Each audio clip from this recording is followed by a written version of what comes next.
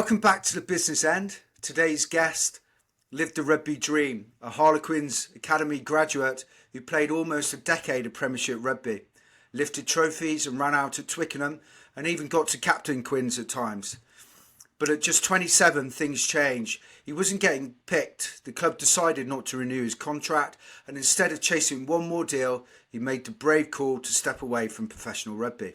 That's a huge transition. Transition is something that every athlete and every business leader faces at some point when their career, you've always known, suddenly stops.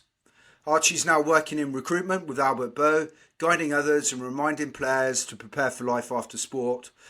Archie White, brilliant to have you on the show. No, thanks for having me on. It's exciting. Welcome. It's nice to see a young face on the show as well. You know. So Bring the average age down a little bit. We've already done it by about 20 years. Yeah, quite a bit, Archie. Quite a bit. Sad to say, but very true.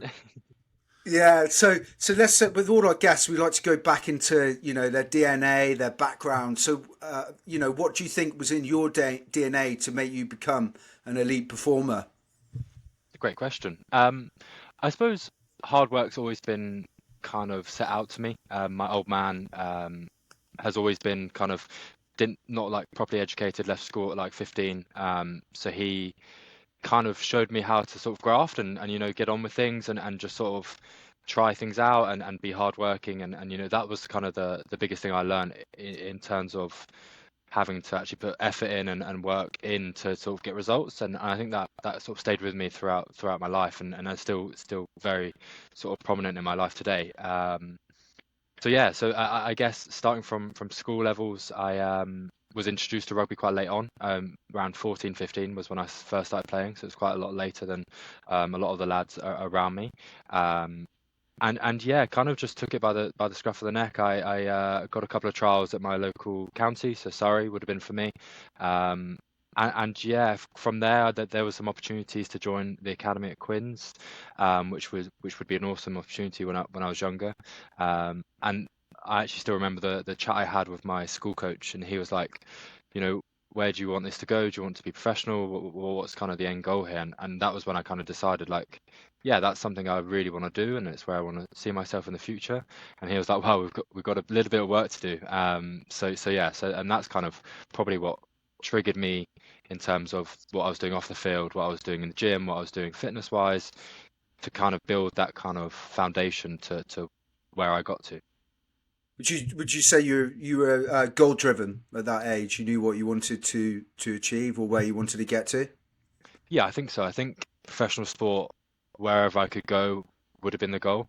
Rugby ended up being the avenue that I took. I think that was kind of, once I kind of had that in my mind that I wanted to join. I was at the 2014 where Quins won the Premiership the first time, so I was there, and seeing that kind of drove me on to want to be in those shoes and in those boots and play on those pitches and kind of go through that whole journey.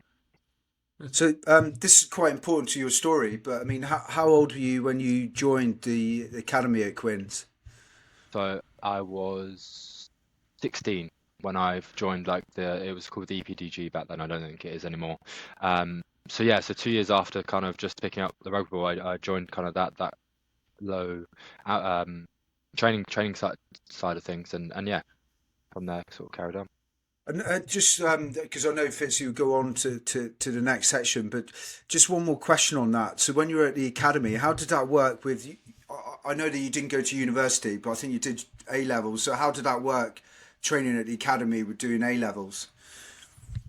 Yeah, that's probably something that I didn't manage as well as I'd have liked to have done looking back now. Not that it was a regret, because I had 10 years in a great career.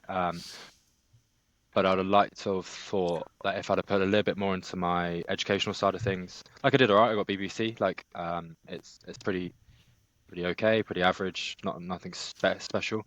But I wish I'd have just maybe sacrificed a little bit from the rugby side of things in terms of, they used to get us there training in the gym on a Monday, Wednesdays, and then playing on the weekend. So if I'd have sacrificed a little bit from the rugby side, I might have been able to get a better A level and a better foundation. But yeah, it's tricky. It is tricky to do because when you're that young, you're looking to go after your dream, and you don't really think about what's next. Yeah, and it's a big emotional commitment as well, trying to play the best you can at sport. And the last thing, it's very difficult then to flip between work and playing rugby. I mean, some guys get actually lucky. When I say lucky, they'll get injured before they do their A levels. That's what happened to me. And I could focus, so I got lucky, I suppose, in that sector. But yeah, it's a big commitment. But I just want to make that clear so the viewers, as we go on in the episode, can see the sacrifice that you make to chase this, basically.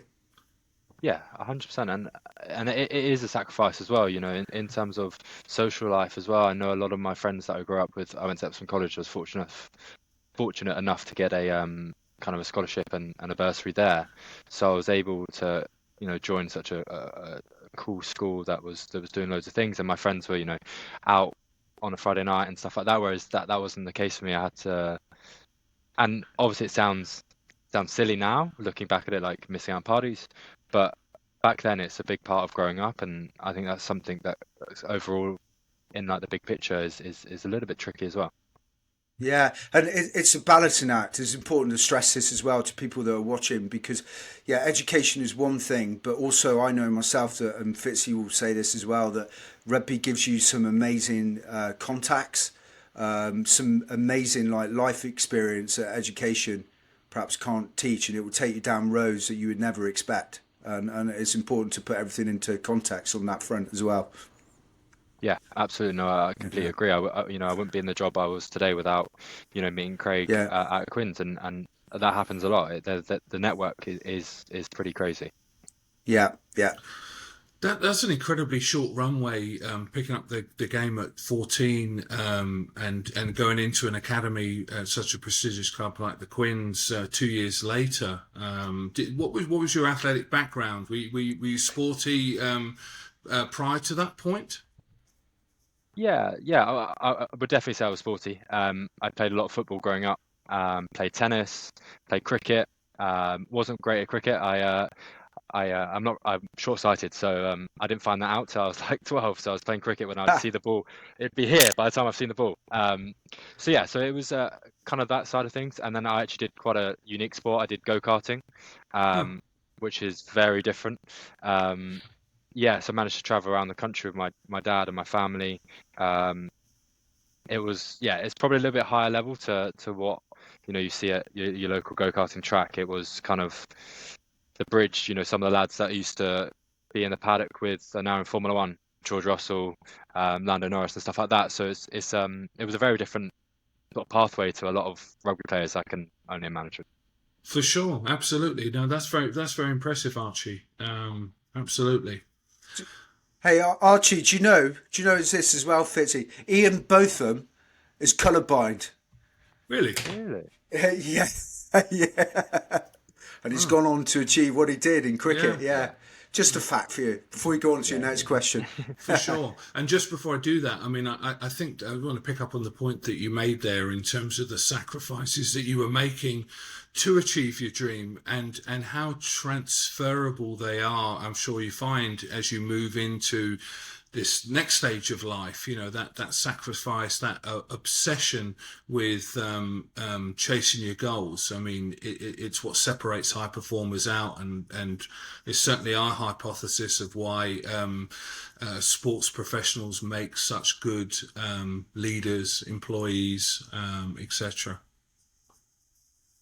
Yeah, no, absolutely. I completely agree with that. And actually, that's kind of the business model that Craig's at Albert Bow is looking to kind of use. He's very much in the line of hiring professional athletes because they have that difference to your average, for example, recruiter. For myself, I think I'm very much, I know the more I put in, the more I get out, and that's what I can do here. And I think that's a crucial part.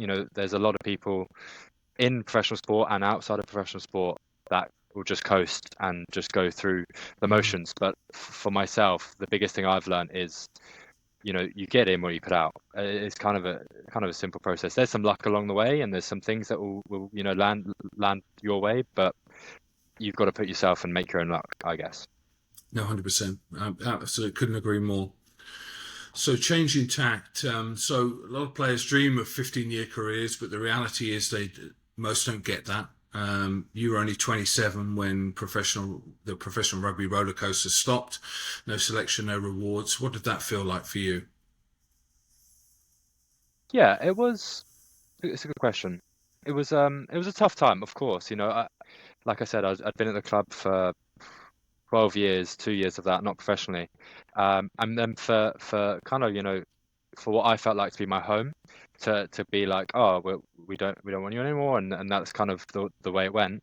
It was tough and it is tricky, but with that, I've managed to get into something that I really enjoy, and I've managed to, put my energy into something that is a little bit different to what I've been used to, and it's a new challenge in life, and that's something that I thrive off of challenges. It helps build character, helps build personality, and it helps kind of decide what you want in terms of your purpose in life as well. I think a lot of people might have taken that news and scrambled to find clubs and stay in the same position, which is absolutely fair enough, and that's what other people might have wanted to do. But I knew for myself that rugby doesn't last forever. There would be a time where it ends, as I'm sure you're both aware, and it's about preparing for that next stage and jumping in. That's what I thought about, was just let's give it a go, and see what happens. One, a great attitude as well. I mean, and I think I heard you say this on a previous podcast that I listened to, that it rather than flip around from different clubs, you're also getting ahead of the game. Rather than perhaps being in the same position at 31, 32, 33, you're getting a jump into the next stage of your life and embracing it with both arms. Yeah, 100%. And that's literally the mindset I took. Was, like I said a little bit earlier, rugby doesn't last forever, and we have a short shelf life. People might get injured at 30, and it's a year out of if you do your ACL, it's a year out, and suddenly you're another year older, and that side of things. And I think that's kind of what I weighed up, was, where do I see myself in 5 years' time? And that's it's a tough question to ask yourself as well, because growing up with wanting the dream to play for England, to play for Lions, all those aspirations you have when you're younger, to kind of see that go is tough. But I'm only 27. There's a lot more things I can do with my life. There's a world out there that I haven't even touched. Even traveling, like it's a lot of the rugby players get to travel the world and see different things, but a lot of the time it's just going hotel to hotel, airport to hotel. So I thought for myself, I've got a lot more of life that I can explore, and I can actually put what I think I can do into the world as well. For sure. So, did you find? I'll come on to a couple of points after this question. So I think I know the answer to this. So did you find the decision to stop playing professional rugby, did you find it daunting to say enough is enough? Yes, daunting, yes, absolutely, because what I found out in the last couple of months joining recruitment is that it's completely different lifestyle, it's a completely different times, it's a completely different behavior. You go from having a start time at 9 o'clock, finishing at 3 o'clock, to suddenly I was in the office till 10 o'clock at night on Wednesday. So it's a completely different side of things. But also the kind of identities and the personalities that you meet in rugby is very different to what you get in the real world, and some of that's great. And then that I think that was the toughest thing, was you kind of built up yourself to be known as a rugby player, and then transitioning away from that is probably the hardest thing of that can't think of the word, but you kind of embody, everyone knows you as the flanker or plays at Quins or whatever, and that becomes your life, whereas there's more to life outside of just having that kind of label. Yeah, there's another purpose in life. I went in, as we discussed, I went into recruitment, set up my own recruitment business when I retired. from rugby through injury. But as I said to you, I wish I retired a few years earlier when perhaps I should have done. And I think that you're a shining example of, making brave decisions at the right time. And I think sometimes players need stronger mentors and voices like yours to say, look, enough is enough. Let's move on. I don't know if you can remember, Fitzy, but there was a guy who actually captained Ireland at scrum half, and he retired from London Irish when he was probably about 25, 26, right at the height of his game, a guy called Rob Saunders. Mm-hmm. Yeah. And I can remember him saying, I just want to be a millionaire. I think his son was at Harlequins at one point. No, he went to my school as well. I'm really good friends with him. Yeah. He said, I just want to retire and make money. And and in fairness, that's what he did. His brave decision, and probably the right decision. And I think you'll find that a few years into recruitment, you won't look back on that decision. But hats off to you on that one. Yeah, no, thank you. And I think just to touch on that a little bit, when you're in the sport and you're in professional sport, it's so tricky to kind of have a view on what's happening next, because you're always chasing being in the 15, or I don't know, football, being in the starting 11, or training, or what the manager thinks or what the coach thinks, and you kind of get lost in your own bubble. So you're right, the mentoring side of things would be a great initiative if that could be something that clubs, or I don't know what. So you found your next step at Albert Bow through a Queen's connection. How important was that support network for you? Yeah, it was really helpful. I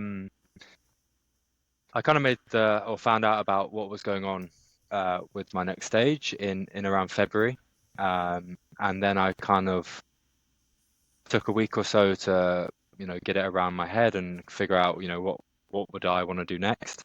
I did a couple of days not working, or I guess just seeing different offices. Some of the Queen's connections with Charles Stanley.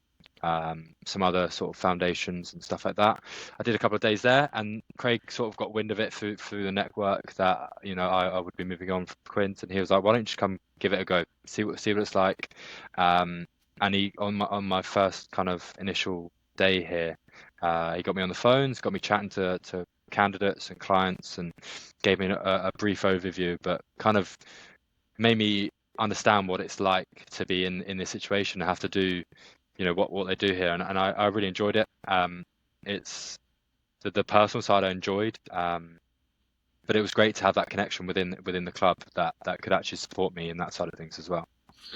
And you've kind of alluded to some of the things that you transferred over from your sporting background. What do you feel you most leaned on in terms of things you'd learnt in rugby, in sport, that you brought into the business world? Yeah, there's probably loads of things that professional sportsmen can bring across. I'd say the biggest things that I found is, I guess, that determination. I've only been in this role for a couple of months, and it's kind of something that I've learned throughout my career, and a lot of coaches have kind of spoken about it, and it's something that I've tried to embody as well, is not getting too high with the highs or low with the lows. In rugby, you win one week, you haven't won the final yet. You've got another week to go, so you can't suddenly think you're on top of the world and you're up here.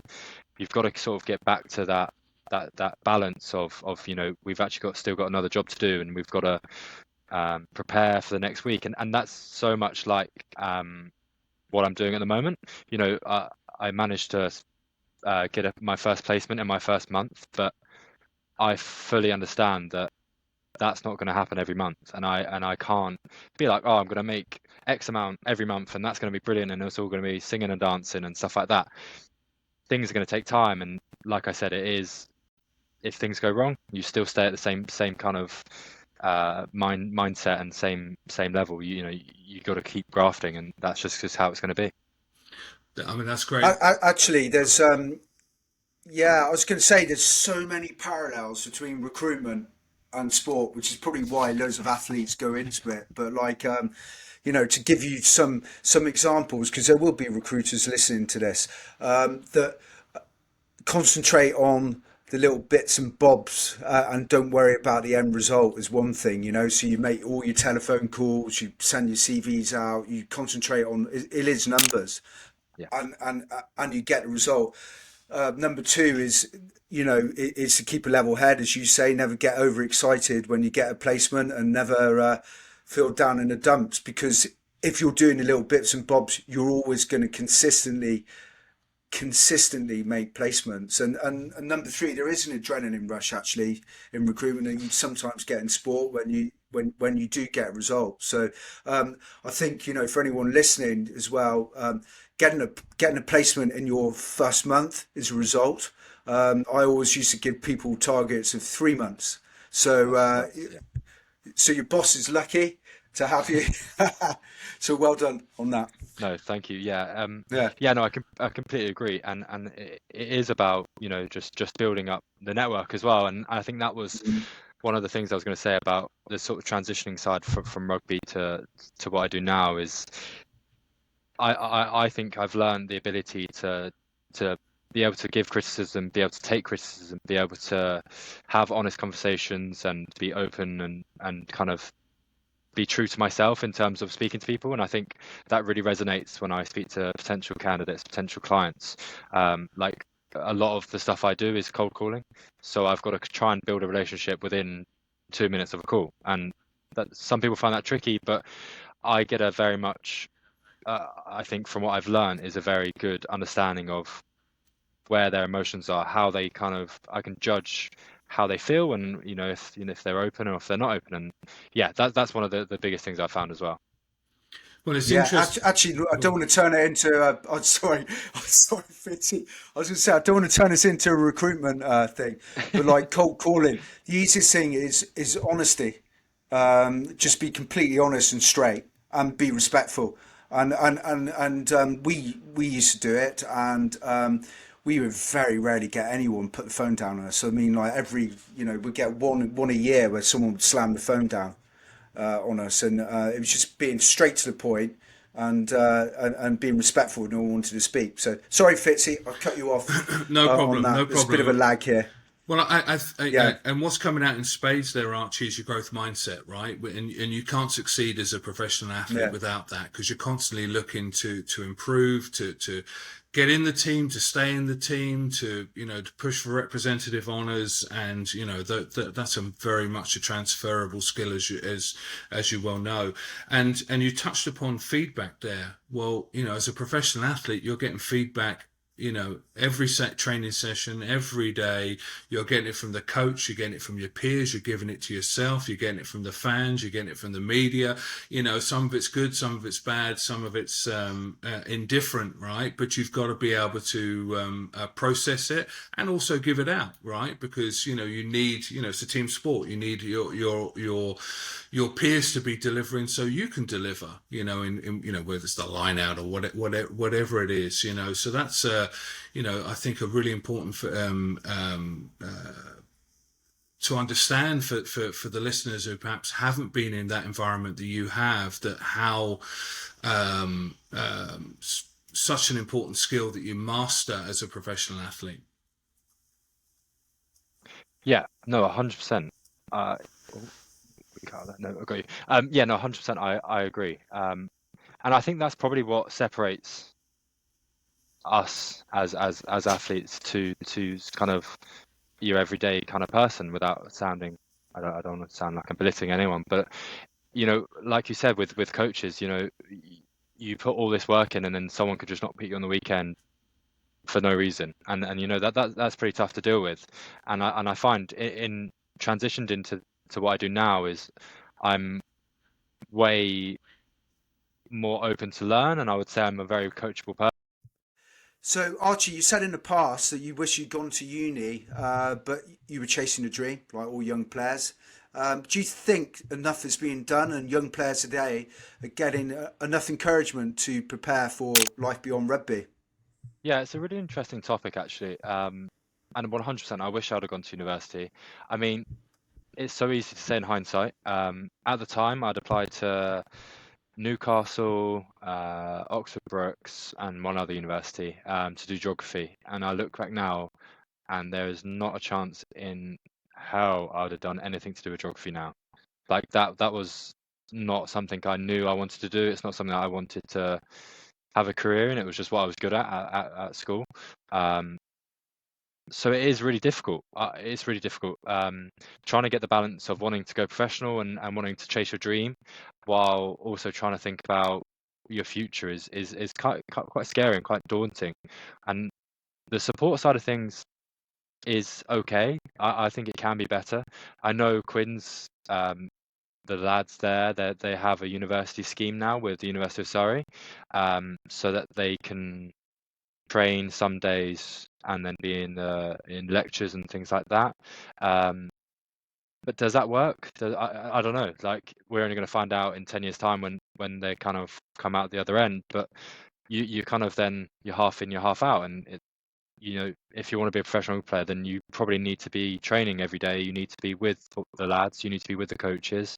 And if you want to, I don't know, if you're going to be a physicist or whatever, you need to be in lectures and you need to be learning X, Y, and Z every day. So I think that side of things is really difficult.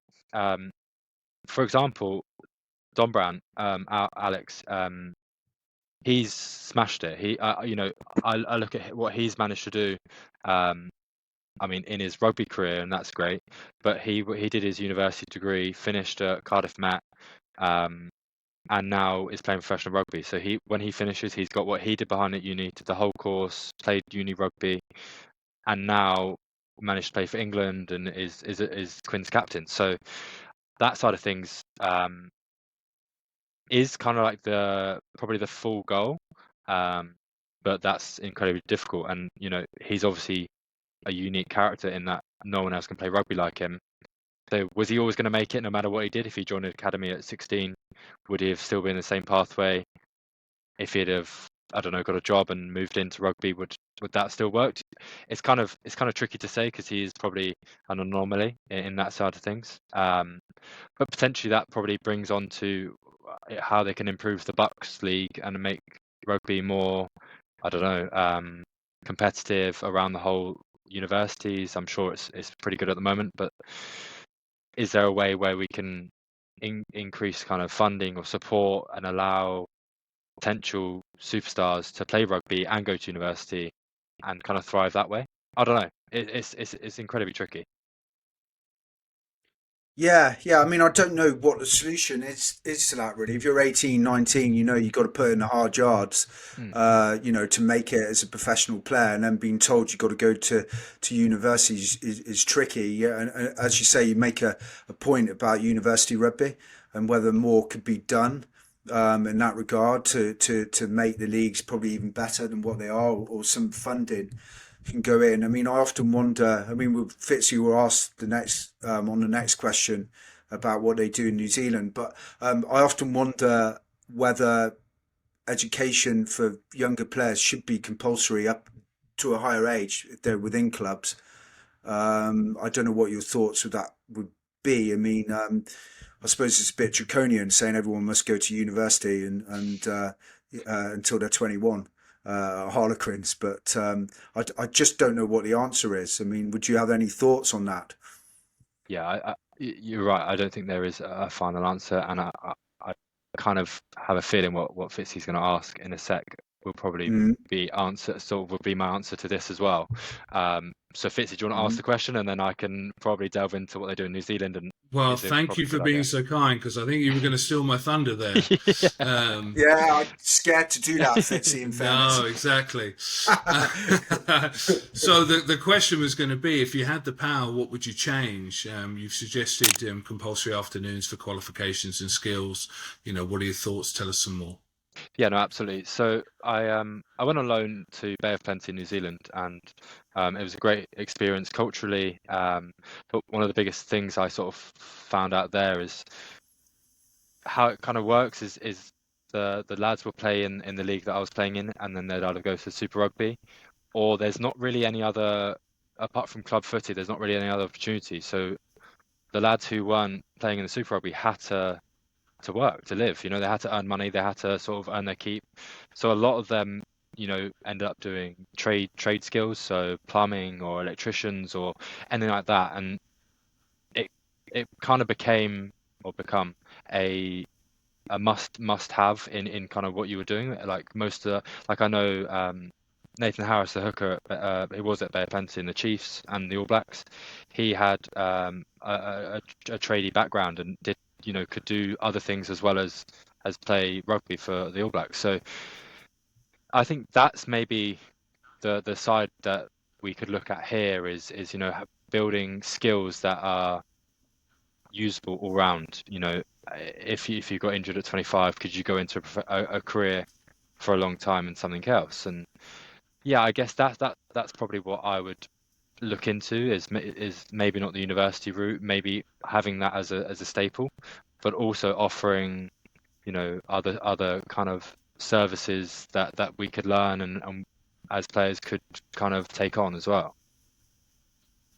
I think that's a very good point you make there. I mean, not and Mu alluded to this. Not everybody is academically gifted or interested, right? So having that opportunity to do a trade or follow an internship or to do a college course, whatever's appropriate is really important. And I always found the best environments that I was in, because you obviously get the season's fixtures out. Sometimes you're playing on a Friday, sometimes it's a Saturday. Sometimes it's a Sunday, but in my opinion, the best environments had a standard day off during the week. If it was a Friday game, we had a Wednesday off. If it was a Saturday game, we had a Thursday off. If it was a Sunday game, we had a Friday off. And you get that, during pre-season, so you can plan your year out and make those appropriate changes. Am I doing an online course? That's your day to do it. Am I going to do to trade school? That's your day to do it. Am I am I doing an internship? You can work with companies to do that. And not only is that important for the next step and developing and seeing whether you want to follow that path, because you don't know until you try it, right? I think, but it also, I always felt, and I'd be interested to know what you think, Archie, that it allows you to switch off a little bit from rugby, because you're constantly in the groove, and stepping back from it a little bit actually gives you a little bit more hunger, gives you a little bit of respite to it, so you're a little bit more testy at the weekend, I always felt. Yeah, no, 100%. I completely agree. I actually think Conrad Smith, the Kiwi centre, played a few years ago. He actually spoke really well around that in the fact that he was doing something on the side of rugby, and when he came back to the club or to the All Blacks, he would have a completely fresh mindset, and he would you almost get that kind of hunger for wanting to play while building your repertoire outside of rugby, and I think that's massive. And for myself, in my personal experience, I did a foundation finance course. I'm actually a level 1 qualified sommelier, and I found those things just great to A, challenge myself, and B, just to switch off from rugby. It's easy to go home, sit and watch through line outs or plays, go to bed, eat, try and eat as well as you can, and you become obsessed, and that's great, but you've also got to be able to switch off and have that kind of reset button. And I think that's what could be the kind of selling factor of a university degree or a tradie degree or something along those lines, is the fact that you're actually keeping your mind fresh rather than getting into a negative cycle of just doing the same thing over for 10 years. Yeah, I agree, and it develops you as a person as well, I think, which is important for your growth. 100%. Yeah, and two things as well that you said in the past. I mean, number one is you've discussed the issue whether this should be compulsory. Do you think that clubs in the Premiership in the Northern Hemisphere should make a set amount of time every week compulsory for players to do things, whether that's learning a trade, going to university? I don't see why you wouldn't. I don't personally. Yeah, I don't. If it's being on feet, if you're doing something physical, then I kind of like there is a small argument, but for me, I don't think it's a big enough argument. Um, it's surely better than sitting and playing Xbox for 5 hours at night. Do you know what I mean? Like Yeah, yeah, it only has yeah. to be an hour, or 2 hours or something like that on a day off. Like my schedule before I left was Monday would start at 9, finish at 3. So that means I'd have 3 till 9 o'clock, 10 o'clock, my bedtime to cook, and that was my only kind of like thing that I had to do for myself. So there's 2 hours there, and then on a Wednesday we'd get a day off, and on a Friday we'd have a day off. So I've got, I don't know, off the top of my head, 35 hours of time that I can be doing something productive. I mean, I did play a lot of golf, and that was great, and I managed to get my handicap as low as possible, but it could be, it could be definitely a more productive time. Yeah, absolutely. I think it's a great concept that you suggested, and I think all clubs should look at it and making a set amount of time compulsory for players to do something different. And to be honest, Archie, you mentioned golf. I mean, it could even be like, yeah, you can play golf, but you have to network Yeah. with the clients as well and use it. And that's what I think it should be more formalized. Another very important thing that you said in the past as well is that you believe, or I think you believe, that when it comes to career transitions, that players look at this when they're too old and it's too late, and they should be looking at this a lot younger when they're in the early 20s. I know other players have said that, and I mean, what are your thoughts on that? Yeah, Or, if absolutely. or am I misquoting you? No, no, no, no, absolutely. No, it's definitely what I believe in, and I just think that it's a really tricky thing because what like I said about with what I want to study at university when I was 17 is completely different to what I am interested in now. So uh, you can never start too early in terms of building skills and building um, foundations to something that you can build on. Like, for example, I had an interest in finance and I studied that when I was 24. That was just purely, there was nothing specific. It was a very background knowledge of the financial world. I learned what banks are, I learned what trading houses were, and I learned that side of things. So then in the future, it might have helped. It helps me in what I do now. I can speak about things that I know about, and I have an interest in that side of things. So I think that's probably the biggest thing is having a way to kind of narrow down what might be an option, because nobody knows what you're going to like. I might have hated recruitment when I joined it, and I might have wanted to fit outside, and I might have gone and worked on a farm. I might have done something different and coached or anything like that. And I think that's why you need to start so early, because you kind of run out of time. When you get to 30, if you start thinking about 30, you've got 2 years to try and prepare for the next 40 years, 30 years. Yeah, absolutely. And I mean, this goes on to the next segment, which is like rebuilding identity. Obviously, you're not Archie, the Quins flanker anymore. You're Archie trying to find a new purpose. So I mean, you've discussed how you found your purpose. You met someone in the Quins alumni.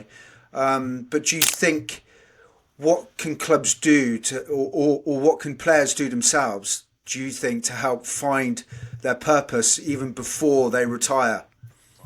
It's a great question. Um, Fitzy wrote it. Thank you, Mooch. yeah, it's a really interesting question. Finding a purpose is something that is extremely difficult to kind of pinpoint, and as I'm sure you guys both are aware as well, rugby becomes, and if you're not in the rugby circle, you're in professional sports, that becomes your purpose. But then I think when you're in it, it's understanding, okay, so why am I playing rugby? What am I doing it for? And am I doing it just to win on the weekends? Am I doing it just to pick up a paycheck? Am I doing it because I make my parents proud? And I think that's something that I kind of probably figured out a little bit too late in my career, was what I was doing it for. I wasn't doing it because I enjoyed, getting injured. I didn't enjoy that side of things, but I loved, being with my friends and enjoying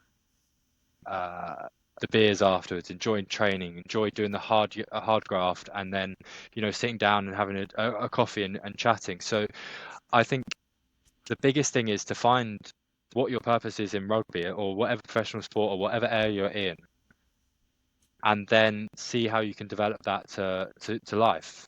And I think that's the biggest thing I found, was that I enjoyed making relationships. I enjoyed um, being with people. I enjoyed chatting. I enjoyed growing as a person and challenging myself. I can do that in anything, and that's what I found, is that if I can keep that kind of foundation, then I can do anything and enjoy anything that I want to do. Yeah, I think in terms of finding purpose, that there is a lot of inefficiency and waste within not just rugby, within all sports, because you come to the end of your career and you think, what am I going to do next? And by hook or by crook, you find something. And I often wonder whether clubs should be doing it in a more, not professional is not the right word, but in a better way to explore with players younger, what is it that they are actually going to do when they finish playing, and sit down. And that, I mean, we talked about this, Fitzy, with like profiling players, digging into their personalities, finding out what they're suited for, getting a network, the alumni network involved. I think they've got that responsibility, because those players, people like you, in 10 years' time, you might be a sponsor, one of the sponsors of Harlequins. And I think they've got that responsibility. And that could be incorporated into the compulsory Tuesday or Wednesday afternoons. So, yeah. I would look at it, and you touched upon this, Archie, with your example of Conrad Smith. I would look at this slightly differently. I would look at this as an investment in the player and the person as a player. If you're putting your structure together and you're encouraging players to explore other positive activities outside of rugby on their day off or their afternoon off, depending on how the week's structured, whether that's doing a course, and you spoke about doing a wine course and doing a financial course, whether it's going to do an academic course, learning a trade or whatever, not only are you stepping away from the rugby, so when you come back, you're fresher, you're more excited about it, because while as we all know here, it's a privilege to be a professional player. It is a grind. It is. It's tough. It's not an easy life. And if you can break that monotony and grow and also remove some of the anxiety that is natural as a player gets older, it's like, okay, what am I going to do? Are you going to get a better player on a Saturday? And I would argue yes.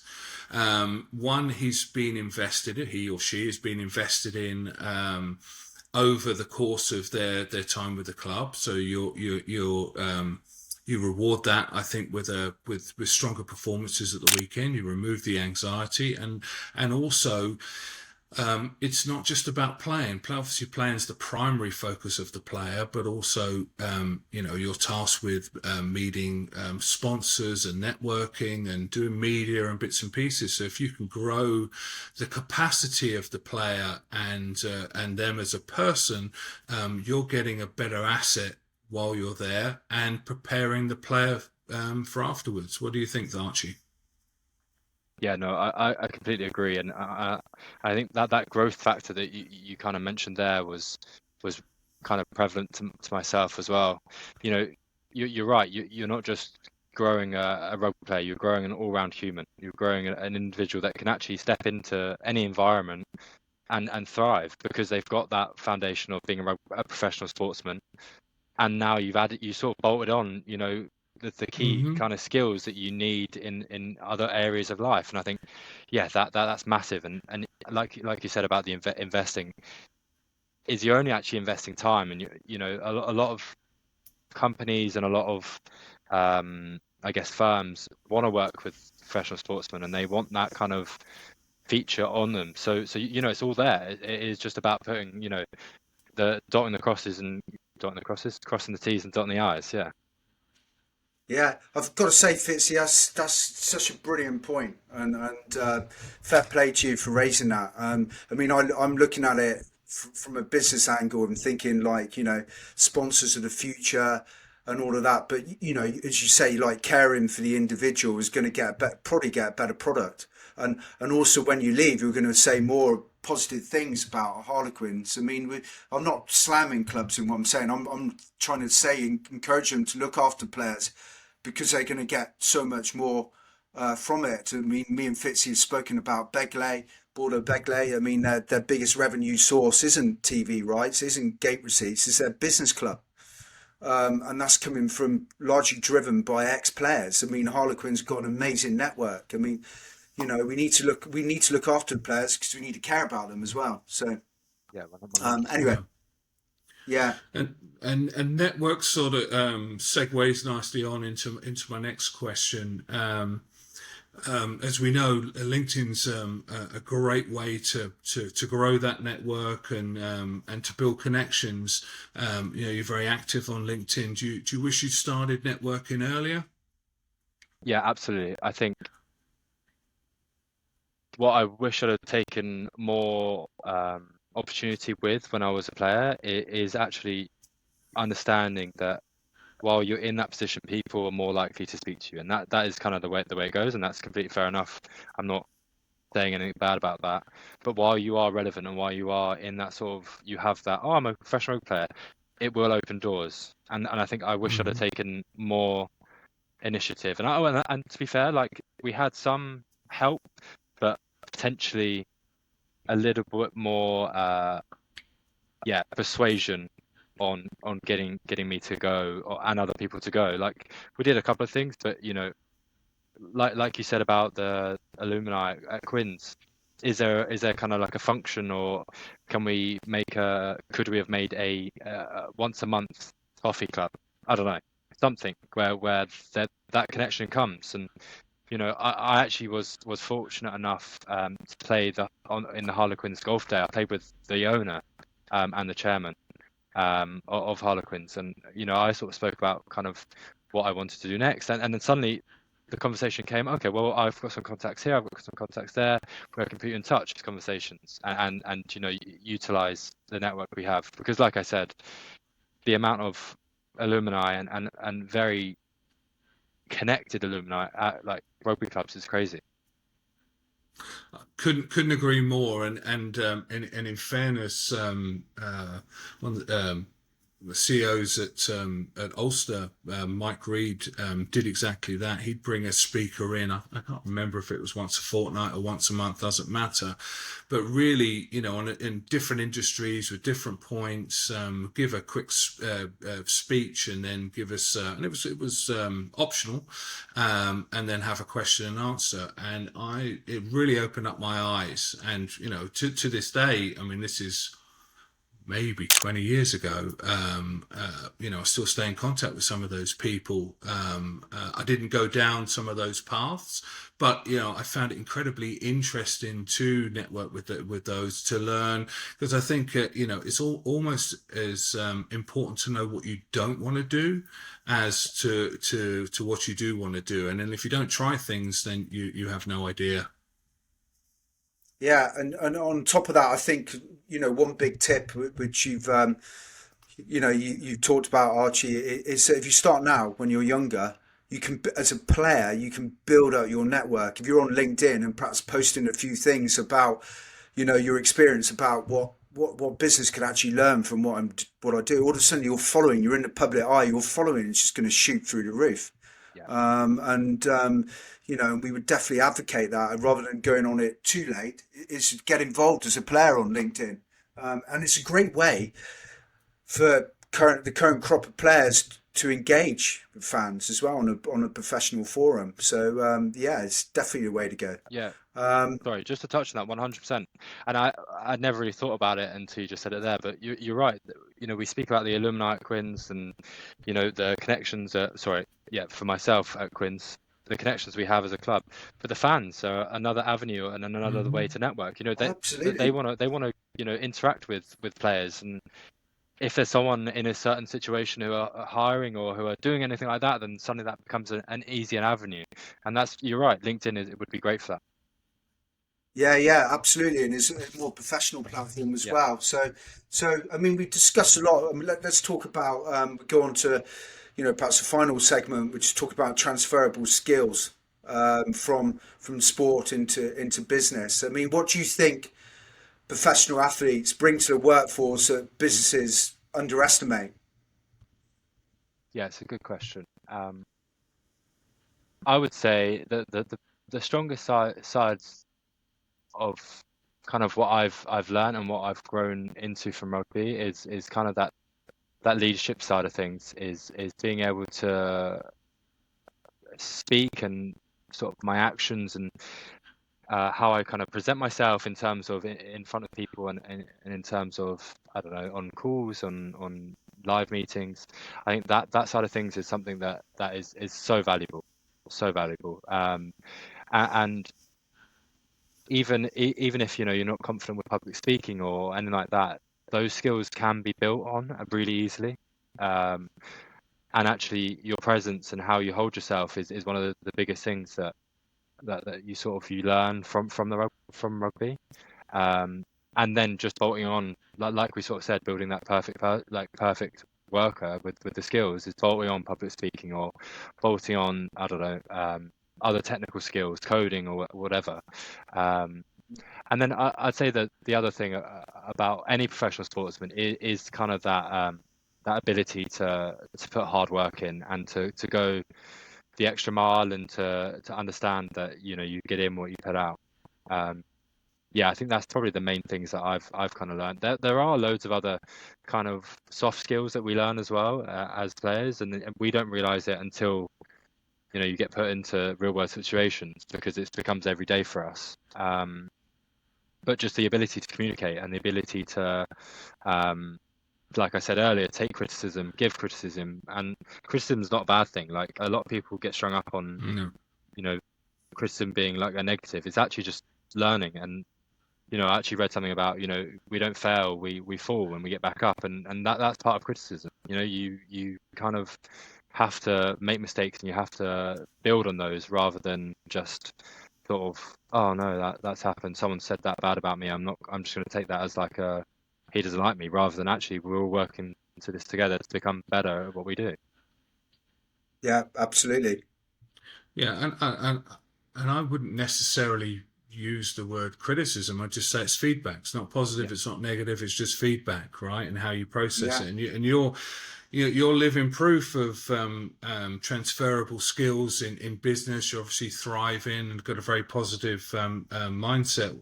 And we've talked about some of those skills. What would you say the top three are for you that you take from rugby into the business world and that helping you thrive now?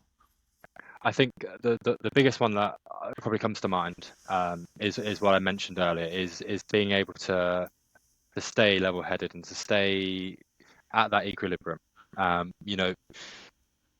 think with professional sports, with rugby in particular, there's 30 games a year. You're not going to win every single one of them.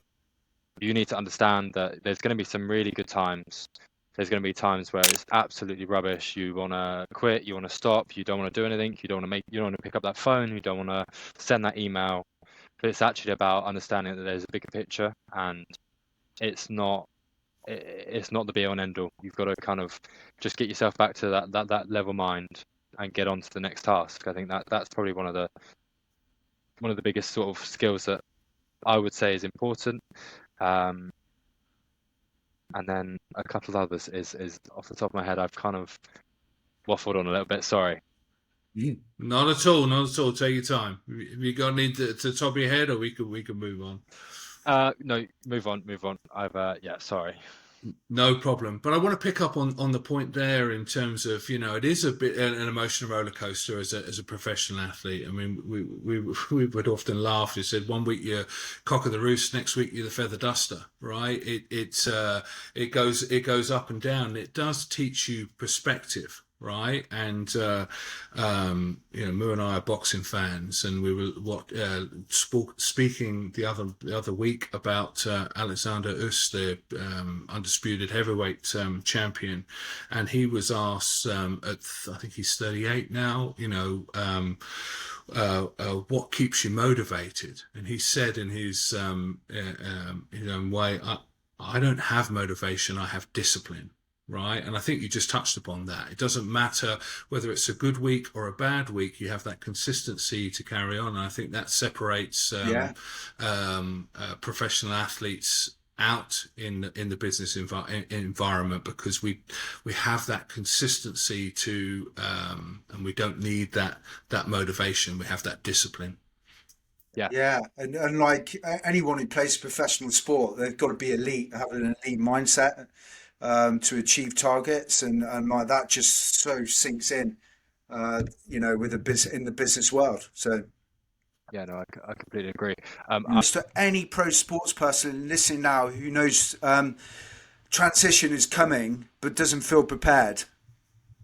Yeah, sure. My biggest advice is don't let it take over control of how you are, and don't let it change you as a person. Leaving the world of professional sports always going to happen, and that's one of the things I sort of held my sort of hat on, was that it's going to happen at one time.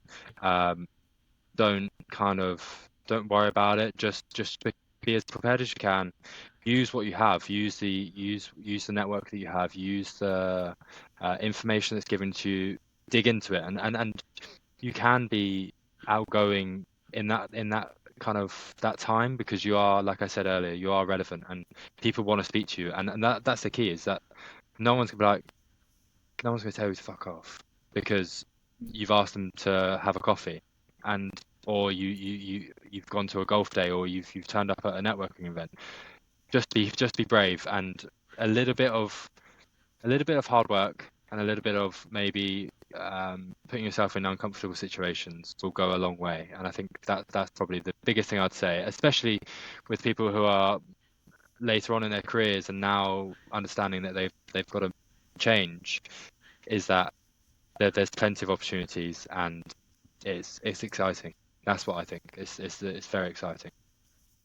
Absolutely. 100%, Archie.